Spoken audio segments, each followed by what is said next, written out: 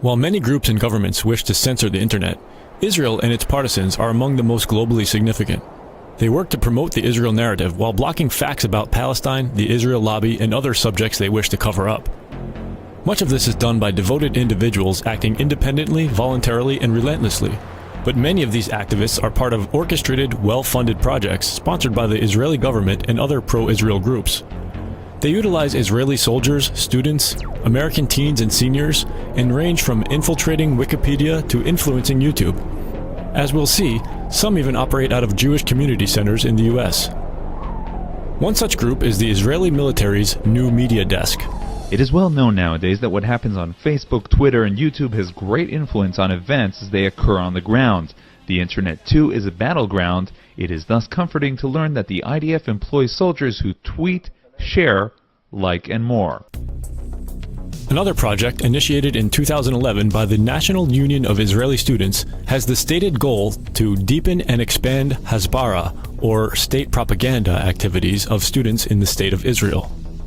Under this program, Israeli students are paid to, quote, lead the battle against hostile websites. The students are tasked with what many would call shilling or trolling in online forums and social media. They're directed to create original content in the form of news reports and blogs, edit Wikipedia, inject pro-Israel messages into discussions on social media, as well as to report and remove what they consider to be allegedly anti-Semitic content. It's important to note that criticism of Israel is not the same thing as anti-Semitism, despite Israel's best efforts to redefine the word. Anti-Zionism is the new anti-Semitism. Anti-Zionism is anti-history, anti-humanity, and anti-Semitic. It's pure anti-Semitism. Let's use our power on social media to educate our society. Now, interestingly, this charity, the International Holocaust Remembrance Association, has also given a number of examples of what sort of behaviour should be called out alongside this, which are actions which seek to stereotype Jewish people, to justify attacking or killing them, claiming that the State of Israel is a racist endeavour, or comparing it to Nazi Germany. When there is dissent expressed in the United States against policies of the Israeli government, people here are called anti-Semitic. What is your response to that as an Israeli Jew? Well, it's a trick. We always use it. When from Europe somebody is criticizing Israel, then we bring up the Holocaust. When in this country people are criticizing Israel, then they are anti-Semitic. Now, I know what they do because I used to ask them to do it. I mean, when I was in the Mossad, and we had a guy that gave us problems in the U.S., and he was speaking out, and he was talking like Pete talked once and said, Israel is bombing Lebanon with cluster bombs. We say, hey, who's that guy? You know? And of course the campaign starts, and before you know it, the guy's labeled. And he's an anti-Semite, because that's what we say he is. Another pro-Israel organization that targets public information on the internet is CAMERA, the Committee for Accuracy in Middle East Reporting in America. A 2008 expose revealed a CAMERA initiative to infiltrate Wikipedia in order to rewrite Palestinian history, pass off crude propaganda as fact, and take over Wikipedia administrative structures to ensure these changes go either undetected or unchallenged. Leaked emails from CAMERA called for volunteers to secretly work on editing Wikipedia entries. They were instructed to, quote, avoid for obvious reasons picking a username that marks you as pro-Israel, or that lets people know your real name. The emails emphasized that volunteers were to avoid editing Israel-related articles for a short period of time after signing up as editors to avoid arousing suspicion, and to always log in, because if you make changes while not logged in, Wikipedia will record your computer's IP address. In 2010, two Israeli groups began offering community workshops on Zionist editing of Wikipedia entries with the aim of making sure that information in the online encyclopedia reflects the worldview of Zionist groups. Moetzet Yesha, in conjunction with My Israel, has arranged an instruction day for wiki editors. The goal of the day is to teach people how to edit in Wikipedia, which is the #1 source of information today in the world.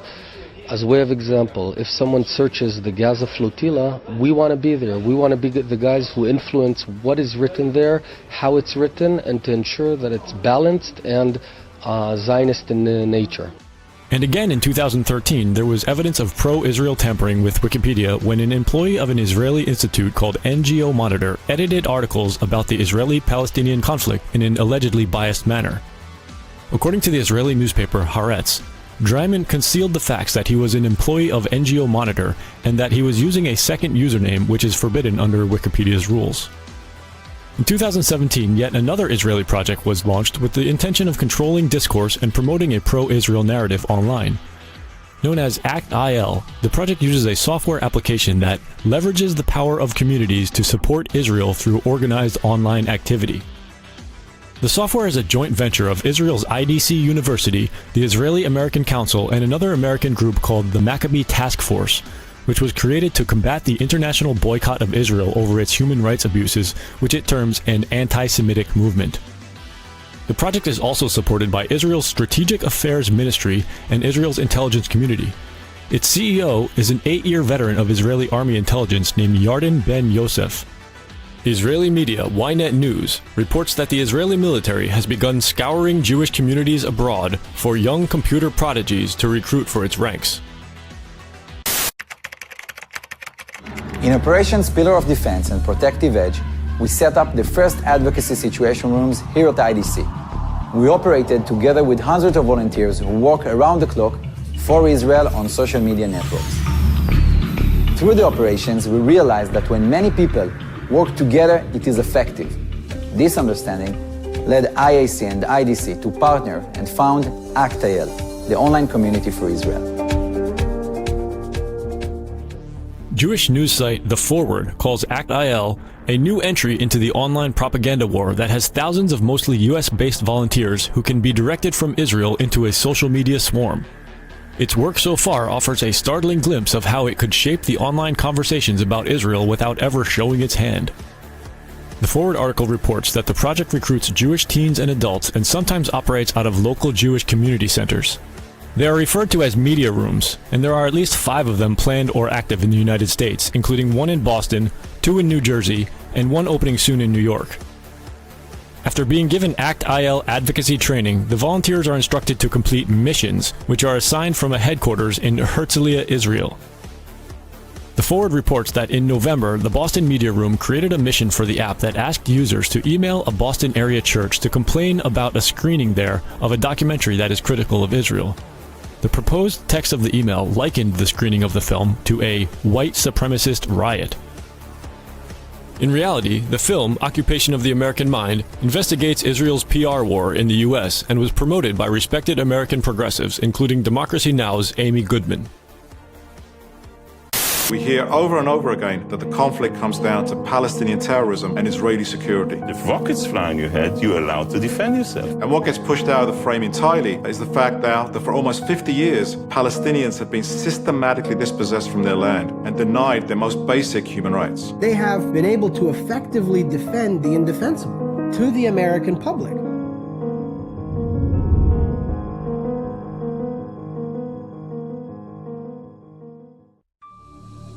The Israeli government is involved in numerous internet projects. Director General of Israel's Ministry of Strategic Affairs, Sima Vaknin-Gil, told a forum of Israeli tech developers to flood the internet with pro-Israel propaganda. When she was Israel's chief censor, she said, "We censor information that is critical to our enemies, who have no capabilities like us, do not have a Jewish brain, and therefore our enemy relies to a large extent on open information." Her ministry has a budget of roughly $70 million to fight what it calls a war on consciousness terrorism. To win it, she said, Israel must use tricks and craftiness. Another Israeli entity that plays a role in covert internet activity is the Israeli military's legendary high-tech spy branch, Unit 8200. This unit is composed of thousands of cyber warriors, primarily 18 to 21 years of age, some even younger. An article in the Jewish press reports that Unit 8200 has developed a great reputation for effectiveness in intelligence gathering, including operating a massive global spy network. Numerous Israeli tech companies, many of them headed by former military intelligence officers, assist in these online spying efforts, sometimes receiving Israeli government funding for digital initiatives aimed at gathering intelligence on activist groups and countering their efforts. To be clear, this is all part of an effort by an occupying government and its military working covertly to achieve censorship of reporting on its atrocities.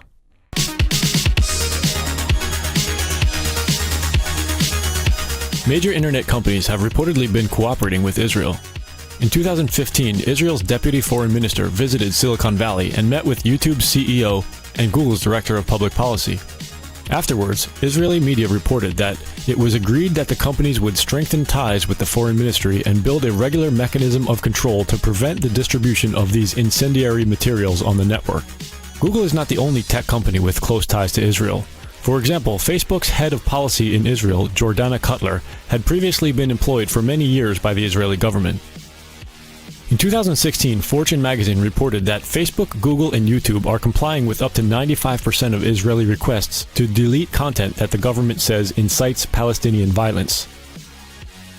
Among other things, Google said it would increase the number of members of its Trusted Flagger program, which enables certain organizations and government agencies to report content. It also said it would increase support for NGOs and organizations working to present a corrective voice.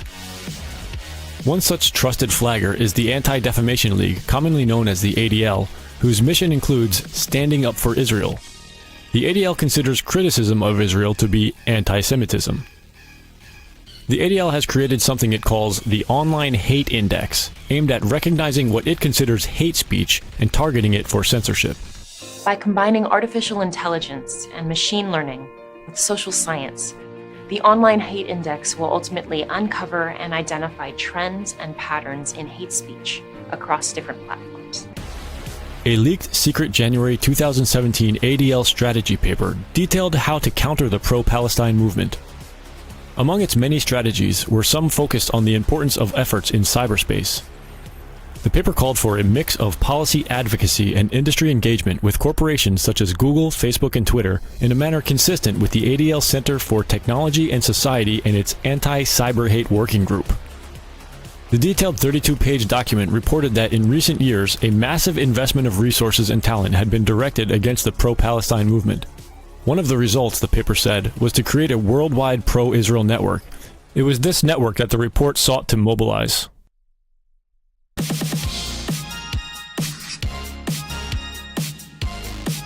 On March 13th, at the 2018 South by Southwest Music Festival, YouTube CEO Susan Wojcicki revealed that the company has just hired an additional 10,000 people to help review content flagged for removal.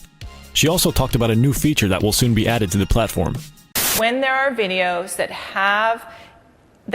are focused around something that's a conspiracy, and we're using a list of well-known internet conspiracies from Wikipedia that we will show as a companion unit next to the video information from Wikipedia showing that here is information from Wikipedia about this event. So YouTube will be sending people to text. We will be providing a companion unit of text. Considering what we now know about the efforts of the Israeli government and pro-Israel organizations to edit Wikipedia and essentially rewrite history in their favor, can we expect this kind of companion unit to show up next to our videos? Will our channel be taken down again like it was recently for 5 days? Only time will tell. With so many people working to keep this kind of information from getting out, we never know when we'll be censored again. If you'd like to be notified when we publish new content, please sign up for our mailing list and subscribe to us on BitChute, DTube, or any of the other platforms listed in the description below. And if you find our videos and articles informative, please consider making a donation to help us continue this important work.